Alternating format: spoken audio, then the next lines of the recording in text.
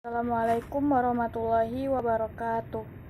Kami dari kelompok 2 akan menjelaskan tentang arsitektur Cina. Dan saya adalah Kusumawati yang akan menjelaskan pengertian tentang arsitektur Cina.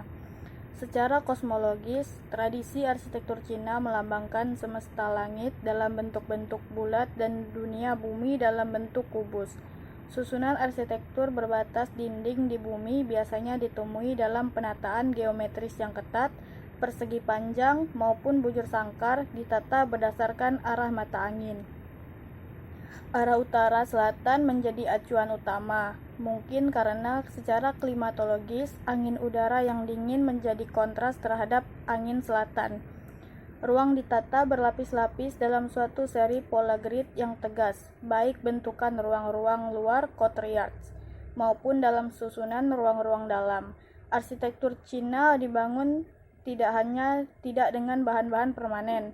Mungkin adanya hubungan dengan negasi terhadap segala bentuk yang bersifat fana.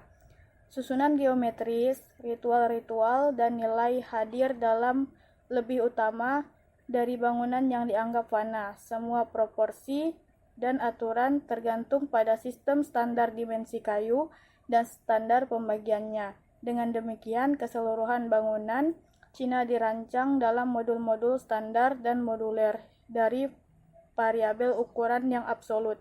Proporsi yang benar melindungi dan mempertahankan hubungan harmoni bagaimanapun besarnya struktur. Baik, di sini saya Ria Melati akan menjelaskan tentang ciri-ciri dari arsitektur Cina. Yang pertama yaitu simetri bilateral. Bangunan-bangunan di Cina seringkali disusun secara simetris seperti di kota terlarang di Beijing. Simetri ini menumbuhkan keseimbangan yang merupakan konsep penting dalam Feng Shui.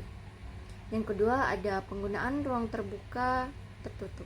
Arsitektur Cina menggabungkan ruang terbuka dan ruang tertutup.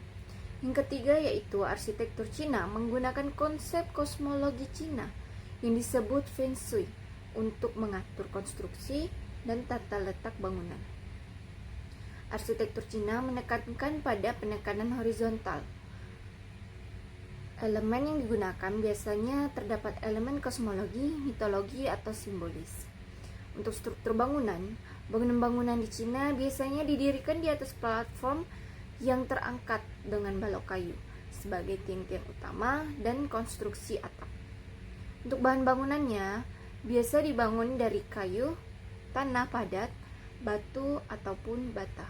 Untuk bentuk rumahnya sendiri, rumah-rumah pribadi kecil orang Cina kuno biasanya berbentuk persegi panjang, ataupun oval.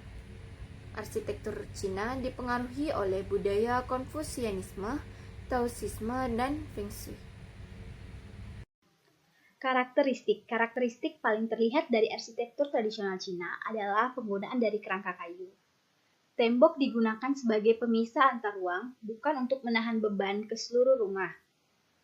Lukisan dan ukiran juga ditambahkan ke dalam arsitektur Cina untuk membuatnya lebih cantik dan menarik.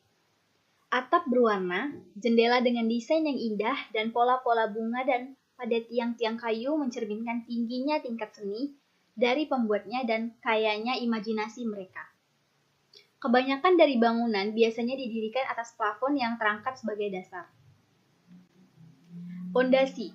Kebanyakan dari bangunan biasanya didirikan di atas plafon yang terangkat sebagai dasar, seperti gambar yang ada di dalam PowerPoint.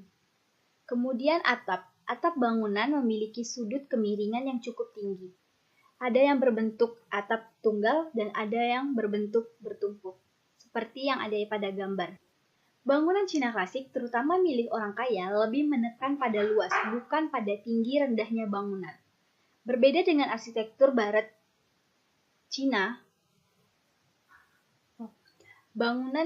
bangunan Cina klasik, terutama milik orang kaya, lebih menekankan pada luas, bukan pada tinggi rendahnya bangunan.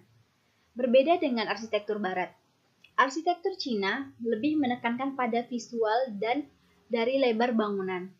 Contohnya pada lorong-lorong dan istana di Forbidden City, yang memiliki atap agak rendah tetapi tampilan bagian luarnya yang megah.